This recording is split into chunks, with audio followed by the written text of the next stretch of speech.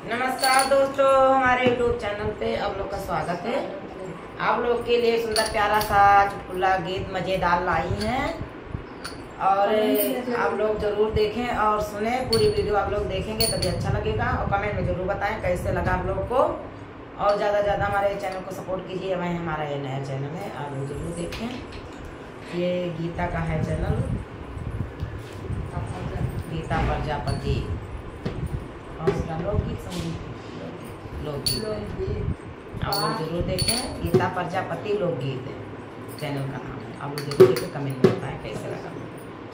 ससुर गई रे का खेतवा दे औ जोताई बवई बया का लाल चोनरी। ससुर गई रे का खेतवा दे औ जोताई बवई बया का लाल चोनरी।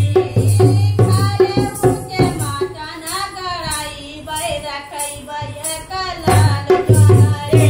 ससुर खाले ऊंचे माता ना गड़ाई बैरा कई बया का लाल चोनरी। हमारे सुगना कर हमारे नैहरे का सुगना